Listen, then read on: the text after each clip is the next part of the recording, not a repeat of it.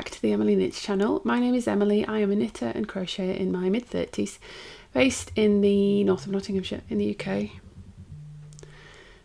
Of course, the moment I sit down to film, somebody starts ringing me. I'm certain that's a sales call, so we're just going to ignore it. Based in the north of Nottinghamshire in the UK, where I live with my husband and our 2 dogs, close to Sherwood Forest. Today I am a little bit late uploading, so I'm really sorry about that. I've been trying to upload on Sundays, but we've had a full weekend this weekend, which I'm going to touch on in a minute, so I'm late, but better late than never. I've got a little bit of a vlog for you today. It's close to really vlog style as I get, because we're going to talk about Yarndale. I attended Yarndale this weekend, so I'm going to grab my drink because it's really cold this morning. It's properly cold. And I need a warm drink. I've got a Yorkshire tea today. Have already had a coffee. But I was in need of warm caffeinated beverages still. So, yes, I'm filming this on Monday before I start work. It's a very cold Monday morning. It was 5 degrees outside today, this morning when I was walking the dogs. But yeah, this weekend just gone, on Saturday the 27th of September, I attended Yarndale for the 2nd year. So Yarndale last year was, I was going to say it was the first festival I attended ever, but it wasn't. That was the Woolmonty. Yes, that was the Woolmonty. I usually get the name wrong, but that is the right name. It was the Woolmonty in Sheffield in April, May time. But I went to Yarndale last year and I went back again this year. So the plan was always to go, we'd had this booked for a little bit, and the plan was always to go with Mona, who is a friend of mine. You've heard me mention her on the podcast a few times. We've met through knitting, and we booked tickets to go together. And unfortunately on Friday, Mona contacted me to say that she was really unwell and she wasn't going to be well enough to go. So my mum came with me instead, which was really nice.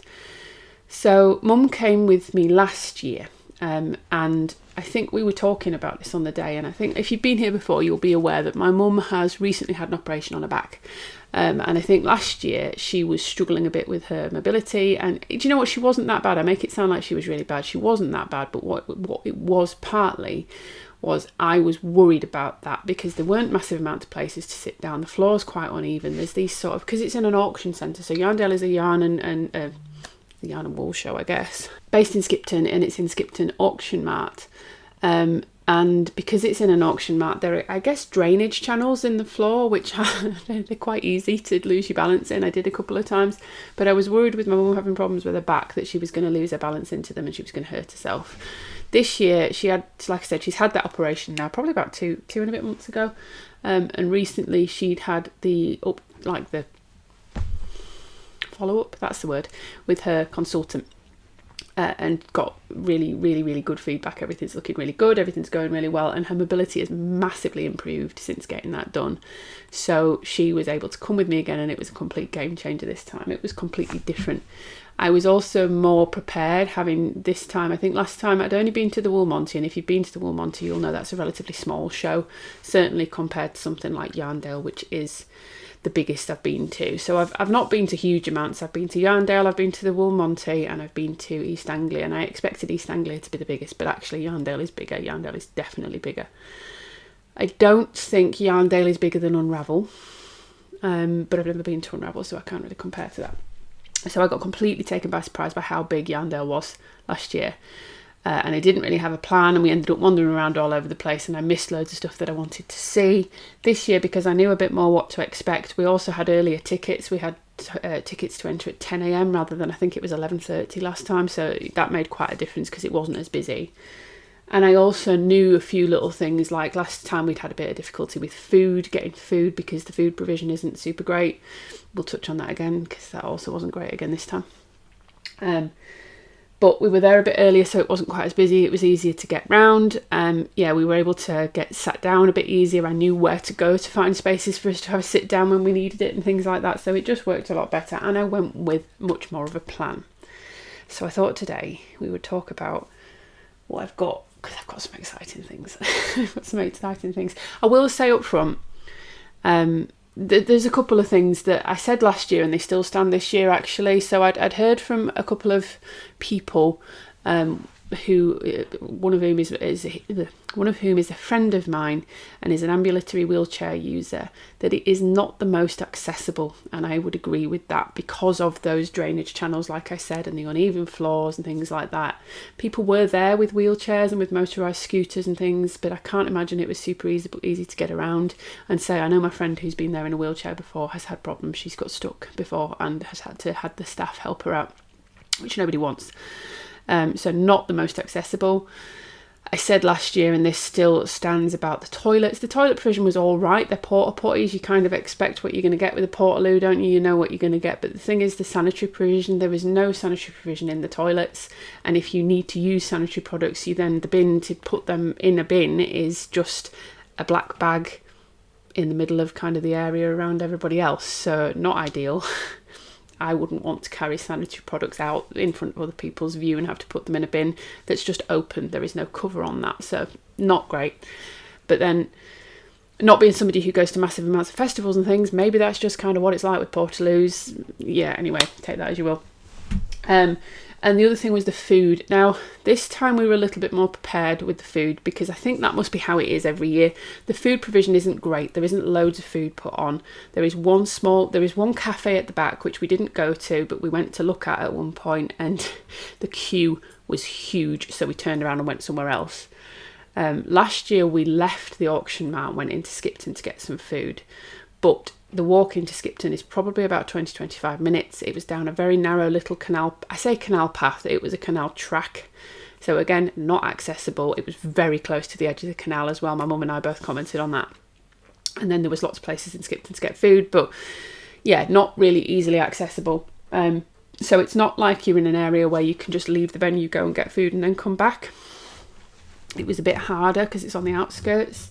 And the actual food provision is sort of in like a little side bit off the main hall where everything is held. And like last year, there was not a massive amount of spaces to sit down. We couldn't get a seat in there. We had to go to one of the other seating areas, which I don't think they really want you to do, but I need to sit down somewhere, so I'm going to go and find somewhere to sit. If you're not going to put enough provision in the food area, I'll find somewhere else. And there were only 4 food stalls, I think, which I think is the same as last year. I don't know if it was the same vendors as last year, but there was only 4. We got in to get some food this time because we were there a bit earlier. At like 11:45 we went and got some food, because I knew from last time we'd gone at like 12:30, 1 o'clock, and it was so busy in there that we just didn't do that. We ended up leaving and getting food elsewhere. So we went in quite early. And do you know what? The choice wasn't bad. There was a proper little cafe stall that had crisps, sandwiches, things like that, drinks, teas, coffees, all that sort of good stuff. There was a massive queue for that one, and I assumed it was for coffee. But we'll come back on to why there was a massive queue for that in a minute. There was then one that did like jacket potatoes and pies and sausage rolls and things. There was a stand doing paella, and then there was a stand doing crepes, which is what we went and got, because there was pretty much no queue for any of the other stalls. Which seemed really weird to me and my mum, because they looked really nice. And having gone and got the crepes, I can confirm they were really, really good. I know why people weren't queuing there. We ordered the food. We're both really thirsty. We haven't had anything, I'd had a coffee before I'd left the house this morning, so had my mum, but we'd had nothing to drink since that point. And I'd left the house at like 7:30 in the morning, and we're talking at 12 o'clock now. So not good. And it was stupid of me to not take some water with me. And my mum said the same thing. She should have thought. But we'd assumed we'd be able to get a drink there quite easily. And I was a bit concerned that you might get your bag searched, because you sometimes do going into events. There was no bag search, and I could have taken a drink in. But we ordered the food, and I said to the guy at the crepe stall, do you have any bottles of water or anything? Have you got any drinks that I can buy? And he said, no, we're not allowed. Bit of a weird choice of words. So I said, what is it to do with licensing or something like that? And he explained that no, it's not to do with licensing. It was to do with the fact that the cafe stall, the one that runs the cafe at the top, and the one that I'd mentioned that had crisps and sandwiches and all that sort of stuff with the massive queue for it, they, I think, have the contract for catering for Yarndale, and they won't allow any other vendors to sell drinks. They're the only ones that are allowed to sell drinks, which I understand, wanting to make sure you've got plenty of traffic coming to yours, But drinks, come on, like bottles of water, surely allow people to buy bottles of water, because what we ended up having to do was we still bought the food from there, but we'd already ordered at that point and it looked really nice, so we were going to have it, and it really was. My mum stayed there and waited for the crepes, and I went and queued up for the other stall to buy some drinks because there was no other way to get a drink, which was frustrating, and it didn't sit, completely honestly, it didn't sit massively well with me, because that just felt like a profit-making attempt. And I'll be completely honest as well, I got 2 bottles of Oasis, so like what, fruit drink, fruit pop, and it was £6 for 2 bottles of drink. Like, talk about having a monopoly on it. There's no way I would have paid that if I could have got it from somewhere else. But yeah, so that's one thing to know. I know a lot of people are taking their own food and taking their own drinks. Next year I will remember that. I think I said this on the video last year, but next year I will remember that, and I will at the very least take my own drink, because I was so thirsty by that point. I was starting to feel unwell. And yeah, that aside, it is a good show. The venue, like I say, it's not an ideal venue, particularly if you've got any accessibility needs. It's not an ideal venue. But yeah, the actual accessibility of the venue maybe not great. There were people in scooters and with guide dogs and things, but it must have been difficult, and particularly because it gets so busy in there and it's quite narrow down the aisles. But they're limited on the width of the aisles because there's pens there from the animals. Anyway, I'm waffling now. Let me show you what we got. So we got in, and first and foremost, I went and got some yarn for Mona, which I haven't got here to show you because it's not mine, but I went and got the West Yorkshire Spinners show colourway for her. I am not convinced that this isn't last year's show colourway. They did tell me it was this year's, but anybody else who's got it, tell me if that's last year's, because it looks like last year's. Anyway, let's move on from there. So first and foremost, these are not going to be in the order I wanted. I got them. But first and foremost, I want to show you this one skein that isn't actually mine. So this is, my mum picked up a skein. I think I've mentioned on the channel before, my mum is a knitter. She can knit and she can crochet. She hasn't for a long time, and she did a lot of machine knitting, but she can hand knit. However, she's always used straight needles, so round needles, circular needles to her are a bit foreign, and she's never used them before. I have no doubt she would be capable, but I also remember the first time I went from using straight needles to circular needles. They were intimidating, and I'd only been doing it for a few months. My mum has spent, 30 odd years of her life knitting with straight needles, so they are very intimidating. But she's decided she would like to. She was looking for a kit. She wanted to get herself a kit so she could take the entire kit away with them on holiday and try and make something. And after looking at a few, she'd really liked some of the hat kits that we'd seen, but she didn't really like the colours. And we couldn't find something that was quite what she wanted. And I just sort of said, I can put together a kit for you, Mum. We can pick some yarn that you like. I can get some needles for you that are suitable. I can find you a pattern that's suitable. I can create you a kit that has everything in that you would need. We just, you can have a bespoke kit, basically. So from that, we then went and picked some yarn, and we went to Creative Anarchy, who is Hannah. So I'm going to be sample knitting for Hannah very shortly. Her new design, the Rainbow Sweater, I think is the name of it, or the working title, certainly. I think that's going to be the name. And it's going to be in her own blown yarn, and I'd said I would go and say hi, because I've never actually met her in person before. So I did, and we were looking at the colourways and stuff, and my mum found one there that she really loved and she wanted to pick. So this is the colourway that she got, which is absolutely gorgeous. So that's Hannah's logo, Creative Anarchy. And the colourway is Beware of Crimson Peak. It's beautiful, and you can see really nicely on there that the stellina's poking through. So this is her Night Sky base, which is 75% superwash merino, 20% nylon, 5% gold stellina. It's fingering weight, 400 metres per 100 grams, and it is just, it's very much my mum's colours. Very dark, very moody, really, really nice, and that gold stellina is gorgeous. So this isn't mine. I haven't bought this. This is Mum's. I've brought it back with me because I remember this catching me out as a newbie knitter, and I wonder how many of you guys have had the same. I didn't know how to wind up a skein initially, and I said to her, look, I'm going to take that with me. I'll wind it up for you. I'll send it to you, but you can't knit from it like this. She hadn't realised, and I definitely didn't when I first started knitting. So I'm going to wind it up for her. I mean, look at that bit there. It's so good. So yeah, I'm going to wind it up for her, and I'm going to send it back and I'm going to put together a pattern and everything. I did think the Musselburgh, but I think that pinhole cast on, I mean, I find that challenging. I think my mum, when my mum's not knit in the round before, trying to do something like that is too much. So if you've got any suggestions for, I've saved some patterns on Ravelry, some popular fingering weight patterns, but if you've got a suggestion for any fingering weight, fairly simple, beginner friendly hat patterns that would work with something like this, let me know. That's my mum's. And then we're going to come on to what I've got for me, and I've got some very exciting stuff. So the first place we went was to Blue Fern Yarns. I love Shannon's stuff. I also was on a bit of a mission to try and go and see my samples, and Shannon has a few of mine. So I had those socks to drop off for her. If you've watched my podcast recently, I was making 2 pairs of sample socks for her. I'd shown 1 pair finished on the podcast, and I'd started the second pair, and I'd said I'd take them with me to Yarndale so she could have them there. And I had finished them and I wanted to drop them off so I didn't forget. So we went and did that first and foremost.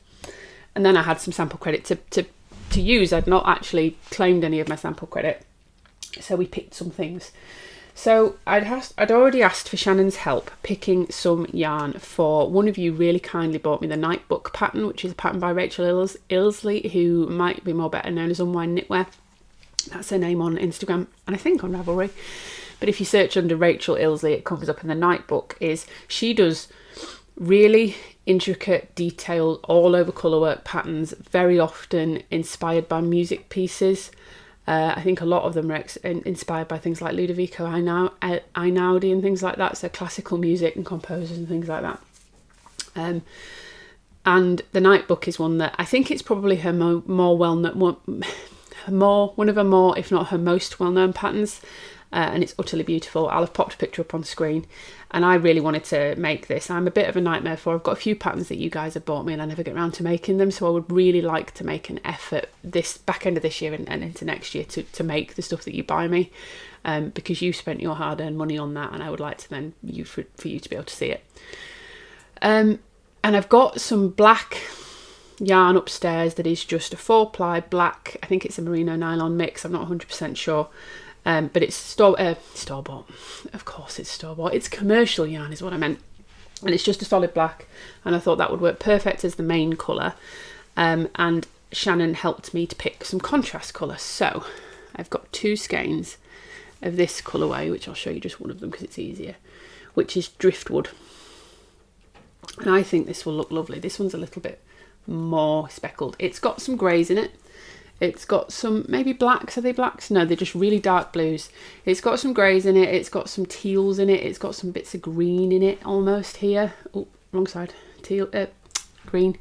It's got some little bits of yellow in it. Yeah, you can see there's some quite bright green there, look, and some almost yellowy colours there.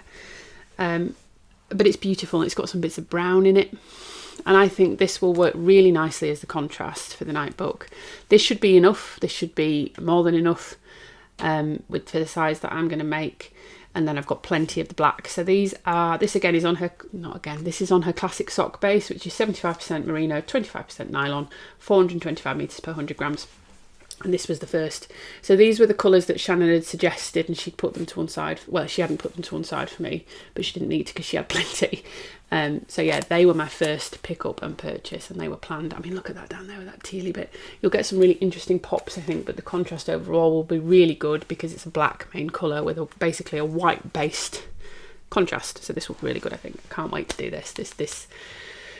I'm a bit terrified of it because all over colourwork, fingering weight yarn, small needles, but I think it will be beautiful. And interestingly, when we went to Creative Anarchy, she had a sample of the Nightbook in some very different colours, but I already knew I wanted to make it, and then when I saw it in the flesh, I was like, yeah, I really want to make this. It looks gorgeous. So yeah, that was the first one I picked up. And then I had some more credit to use, and I had been toying with the idea. I think I'd mentioned on the podcast, I made a sample for Shannon recently of the mixed media shawl, which you should have seen in the clips that I've already put up of Yarndale, because I went and took pictures and footage of all the samples that I'd made that I found at Yarndale. And I really enjoyed that. So that's a pattern of Shannon's that's out now, and it's a really, really enjoyable mix of knit and crochet. So you start off, it's a big triangular shawl, and you start in the middle with crochet, and once you get to a certain point, then you pick up from your crochet and you work knitting, and you work garter stitch with some little eyelet rows and a picot edge, and it's really, really fun. And I wanted to make myself one because I figured I would actually probably wear that quite well. And then my mum spotted these two colours, which were next to each other on the bays, I guess. They were sort of at the bay here, and they were at this bit. They were next to each other. So there was a bit of a gap in between, but my mum sort of pulled them together and went, these look nice. And Shannon said that was why she'd put them together, because don't they look good? So this is Drink Up Witches, which is utterly gorgeous. I love this so much. This on its own would just be incredible, and I think this will be my starting colour to do the crochet bit in, because the way that Shannon had done it in the sample and the other sample that she's got is a variegated for your crochet section, a tonal for your garter section, and then a contrast pop for the little bits for the eyelet rows and the picot edge. So this will be my crochet bit. Look, there's some blues in it, some purples, some oranges, some greens, very much in my wheelhouse, and will look very nice next to it. And then this is the shade Mulberry. Such a good purple. Such good purple. And together, I mean, if I turn that way, where's that purple bit gone? There. That's almost exactly the same purple here. I'm trying to do it in the viewfinder. And they go really, really well together. And then I looked at those two and said, because I'm so bad at colours, said to Shannon, can you help me pick a contrast pop for this, please? And we said a green might be good, and we went with this one, Hunter. This is the shade Hunter, and all together they really, really, it pulls out some of the greens in here, but it's not too, I think the other one she shared first was a bit more of a bluey green, and I wasn't as keen on that, but it is still a foresty green with a bit of a hint of blue in it, but it pulls those together and contrasts nicely enough that that's going to be my little pop. And again, I think all together they're going to look gorgeous. All three of these again are on her classic sock base, mini, and then two main skeins obviously. So that was my purchases from Blue Fern Yarns. Very nice little stash. And I'm going to be completely honest about costs here. This should have been very expensive. This should have been, what, probably about 80 something pounds, maybe close to 90. No, it should have been, yeah, 82. It should have been 82. But again, this is one of the reasons I like sample knitting. I had some store credit, I'd done a shawl for it, and I'd done 2 pairs of socks for it, and I had some sample credit because of that. I paid £6 for all this lot. I paid £6 for, it's basically £1 a skein, isn't it? Including £1 for the mini skein. Well, slightly over £1 a skein. Mental maths is not my forte, you know that already. But very, very pleased with that. This should have been, I'm sure these were like £18, £19 each, and then I don't know how much the mini was, but you can probably do the maths there. So yeah, very excited for those. And then we wandered around quite a bit, and we looked at a few different stalls, and I was particularly looking for something to make an Oslo hat for my dad. So you'll see next week I'm going to do a podcast episode. You will see that I have cast on and finished an Oslo hat since last time we spoke, because I wanted to make myself a hat and I wanted to try that pattern, and I love it. And my dad loves his Musselburgh that I made him earlier in the year. Actually, I asked my mum, does he wear it? And she said, yeah, he wears it all the time. Obviously not in the summer, but now it's got colder, he's been wearing it all the time.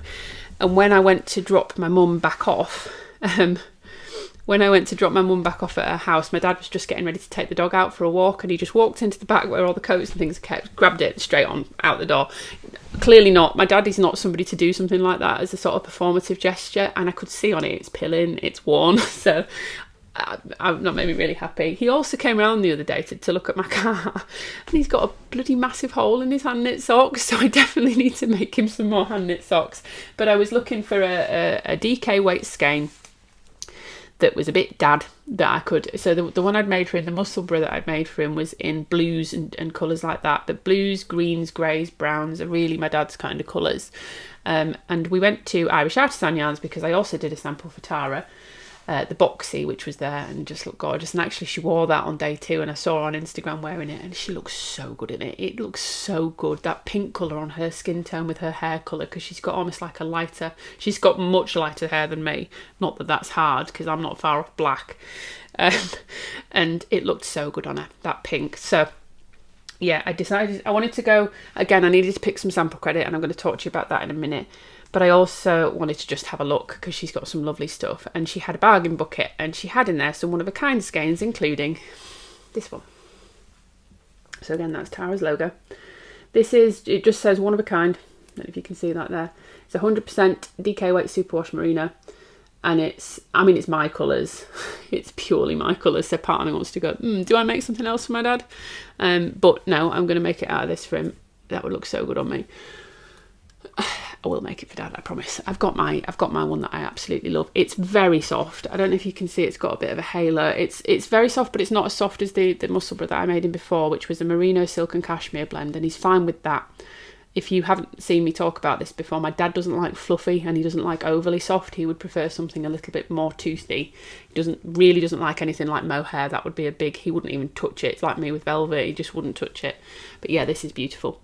Tara's colours are much more generally sort of blues and pinks and greys and things. So this is a bit of a departure from certainly what was on the stand, and it's beautiful. And it's very, very soft and squishy. So this is going to be an Oslo hat for my dad. I want to cast this on so quickly because I really enjoyed knitting that Oslo hat. But I've told myself I'll finish my gloves for my husband first, that I've been trying to knit for over a year now. So yeah, very, very, very excited to knit this. This was basically, I didn't pick it up there and then because I needed to come back, and I couldn't get to speak to Tara because it was way too busy. So I said to my mum, we'll go and have a look elsewhere. If we come back and this is still there, it's meant to be. And we came back and I was frantically digging through that bargain bin to try and find this because it just was so perfect. So superwash, so it can go in the washing machine. But yeah, really beautiful. There's a lot of, I don't know if it's going to come up on camera, but there is a lot of nuance in that. There you go, you can see almost like teal, from sort of mossy olivey greens to teals to yellowy greens. Really, really lovely. So yeah, very excited for that. And then I think these I'm most excited about. I'm excited about all of them, but so I was a bit at a loss what to pick from Irish Artisan yarns initially. I had initially said I was gonna pick yarn to make myself a lace and fade boxy, and I still think I might at some point, but having just knit one, that's not something I want to go back to knit again. Not straight away, at least not straight away. But she had a sample rack. Most of the stores will have a sample rack, and she had a rocket tee on there. And I wanted to make a rocket tee for a bit. I saw somebody a couple of years back, I can't remember who it was, make one out of Advent. So the rocket tee is by Tanis. No, it's not. It's by Hohi Locatelli. Hang on. It might be by Tanis Fibrarts. Tanis Lavallee. I nearly said Tanis Locatelli then. I nearly combined both names. I'm pretty certain it's Tanis Fibrarts. If it's not, if it's Hohi, I'll put it on the screen. It might be Hohi. I can't remember. Anyway, and yeah, I really loved that version made in Advent. I thought it was gorgeous. So that's what I got distracted and I was trying to say. I think it's by Tanis Fibrarts. It is a V-neck striped t-shirt, fingering weight, and it's lovely. And I wanted to make one for a bit because I thought it would be really flattering on me, but I've never got round to it. And then she had this sample. Of course, I didn't take a picture. I took a picture of the label so that I could go and make it myself, but I didn't take a picture of the sample itself. But it was stripes of, I think she actually said it was a Suri alpaca base that she doesn't do anymore. In a light grey with one of her hand-dyed yarns as the other stripe, and instantly I was so taken by it. I thought it was gorgeous. I thought it would be so wearable. And again, we'd looked at that and then we'd gone away and done other things and come back. And then when I actually got to speak, the more I'd thought about it, the more I just thought straight away, I'd really wear that. That would be so wearable for me. I could wear it for work. I could wear it for not. And I basically said to Tara, what is that yarn? How do I remake that? So for that, she doesn't anymore have the Suri alpaca, but she does, I think I said when I was talking about the samples, she does a hand-dyed yarn, and then she does, the hand-dyed yarn's really quite heavily variegated. Well, not heavily variegated, but it's more variegated. And then she does Studio IAY, which is what that logo is. Which is still, I'm pretty certain, still dyed by her. But they are tonals, semi-solids. And she has mohair. She has, I think she's got a cashmere base. She's got merino. There we go. Words. And she has this mohair. This is the same mohair that I used to do the mohair stripes in the lace and fade boxy, but obviously in a different colour. So I picked up 4 of these, which is the shade Dove. Yes, Dove. I don't want to see that. There. 75% Super Kid silk, Super Kid mohair. Yeah, reading it wrong way around. 75% Super Kid mohair and 25% silk. I think I've got 4 of these. I think I'm going to need to hold these double because the story was thicker. But these are 25 grams, 212 meters. I think they'll be, I mean, they'll definitely be fine. She was talking about yardages with me. I'm pretty certain they'll be fine.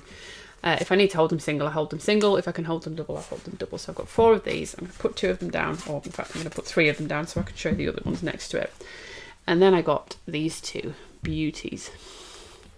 They're both the same shade, and they are the same dye lot.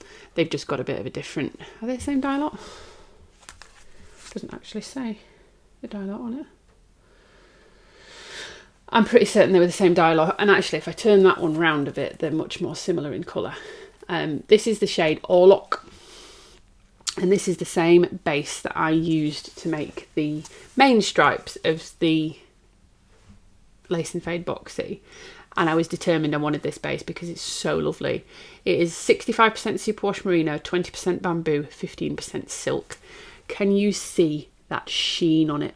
It's so beautiful. I said to Tara, and I said when I was knitting this to you guys as well, I think I had to double tension this around my finger because, I mean, look at that drape. The drape is gorgeous. It's got such a sheen to it. It blocks beautifully. It's so soft and squishy, and it's got a lovely, lovely luster to it, but it's also got an ever so slight bit of halo. It's not a, it's really nice. It's a really, really nice base. It's 4 ply. 100 grams is 400 meters, so 2 of those. They're going to be my stripe. Well, they're all going to be stripes because it's a striped tee. They're going to be one of my stripes, and then that's going to be the other colour because it will tone it down, and I think they will look really, really nice. They look really different on screen, those 2 skeins. I promise, on screen, did I say on screen? I've confused myself. I promise in person they're not that far different. It's certainly, if I get... those 2, yeah, you can see that they are the same colour.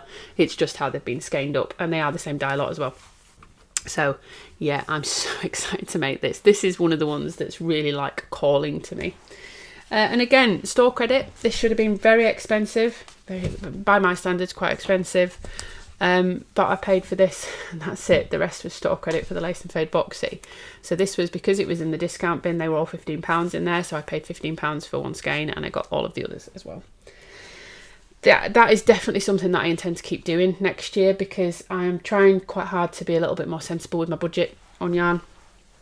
I'm not going to put myself on a yarn ban because, as we touched on earlier in the year, that hasn't really worked for me, but I want to be a bit more sensible about it. And certainly for hand-dyed yarn, that's not really something that I would buy a sweater's quantity of myself. But if I sample knit, I get the store credit, and I feel better then putting that back into that because then, yeah, anyway. So yeah, I'm going to continue doing stuff like that. And then the last thing I bought, I didn't buy, but it is for me. And I'm so excited about this one. I'm so excited about this. So my mum had said she wanted to buy me something for a Christmas present whilst we were there. It is early for Christmas, it is, and I should really have given it to her to take away, but I didn't. Realistically, I haven't got time to cast it on anytime soon anyway, so that's all right. It probably will be after Christmas, and I might treat that to be my Christmas Eve cast on. Or my Christmas Day cast on. I had gone in with a pattern in mind for the Tetra slip over by, I think it's Rachel Costello. I'll put it on screen. I'll pop a picture of it on screen as well. It's in my library. It's something I bought a little while ago, and I've wanted to make this for ages. So what I did when I was planning what I wanted to make at Yarndale, what I wanted to buy at Yarndale, other than the rocket, that's something I've had in my mind, but I haven't got the pattern for. Everything else I have the pattern for, and I particularly when I wanted to plan what I was going to get, I went and looked through my library on Ravelry because these are things that I wanted to make that I've paid for the pattern for and I've never got round to. And that Tetra slip over just jumped out at me because I think it would be so wearable for work, for home. I think it would be a really good piece for winter, for autumn and winter. I think it would be really interesting to knit because it's got those sort of, I don't even know what you call them. The garters going in different ways. One's this way and one's that way. There is definitely a word for that. It's not coming to me at the moment. Contrasting? No, you know what I mean. But it's not like really in your face. It's not bright colours. It's not like that other slip over I made earlier in the year is black and red and grey. This is one colour, so it's nice and wearable, but really beautiful and really polished. And I was looking, and I wanted something woolly for it. I wanted something more woolly, more toothy. I didn't want hand dye particularly. I was perfectly happy with more of a solid or a tonal colour, but I wanted something nice and woolly and maybe something a little bit special. And I decided when my mum said she wanted to get me something for Christmas, that was perfect. Something like that.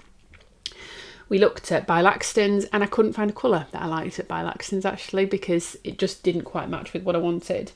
There was a dark brown, but it was a bit too cool toned. It was a bit more like this, and I wanted something a bit warmer toned. That's probably a perfect example of a sample photo doing a lot of work, because I really kind of wanted it to look like that sample photo. So it was a bit too cool toned. There was a lighter brown, but it was too light. It was almost like a tan. It was quite similar actually to the colour of this bookcase. It was a bit too light for what I wanted. And we looked at a few others, and then we went to a stall. It wasn't the company that does this. It was a I think it must have been like a yarn store that stocked multiple different brands, but they had quite a lot of the fibre company there. And they had their Cumbria base. So the Cumbria base seems to come in two weights. It comes in worsted and it comes in fingering weight. The pattern that I've got is DK. So worsted is a little bit thick, but it's not far off. So I picked up 4 skeins of that colour. So this is the colour Egremont. Let me show you. Oh, you can't even see that, can you? Can you see it there? Egremont. I don't know how you're supposed to say it. It's place in Cumbria, I'm pretty certain. And I got 4 skeins of this. One skein is 216 metres, 236 yards. So it's not super far off a DK weight gauge. DK I would expect anywhere between 220 and 250 metres. So it's like a heavy DK. But that colour is just, it's got more nuance to it than it's picking up on camera. There, you can see it there. It's got a lot of nuance to it. It's a very, very reddy brown. It's really good on me. It's really good on me, and it will go with so much that I've got. So it says, inspired by England's stunning northwest region with its deep blue lakes and sheep grazed fells and valleys, I named this yarn Cumbria, the place I now call home. It combines the best breeds of wool and lustrous mohair, resulting in a yarn worthy of all your projects. And you did hear me right there. It has mohair in it. So it is 90% wool and 10% mohair, and the wool is a blend of Masham and Merino. So it's soft, but it doesn't feel like Merino. It's definitely got a bit more tooth to it. It's much more soft than really anything I've used recently. It's not, other than like the bamboo silk and stuff like that. It's much more soft than Drops Alaska that I've been using recently. It's very soft. It hasn't got a super big halo. You can see there's a little bit, but yeah, it's not really halo-y. So the mohair is not that prominent. But yeah, I'm so excited for this. That blend sounds so interesting. Mash and merino and mohair. It sort of reminds me a little bit of like a Peruvian Highland wool, but I think it's a bit more rustic than that. Yeah, it's really nice. And I say I've got 4 skeins of that, which will be, that's such a good colour. It's a really warm chestnutty brown. It's really beautiful. I can't wait to knit with this. I think it's going to make a beautiful slip over. I probably would have had enough in 3, but again, tall, long torso, want it to be long enough, want it to be wearable, because this is going to be really special. So I'm so excited for that. I'm really excited for that. And that's everything I got from Yarndale. I was very pleased with myself, actually. I was very pleased with the amount of yarn the amount of money that I spent on the yarn that I got. So this should have been, I think it was £70-something, but I didn't buy this because this is a Christmas present.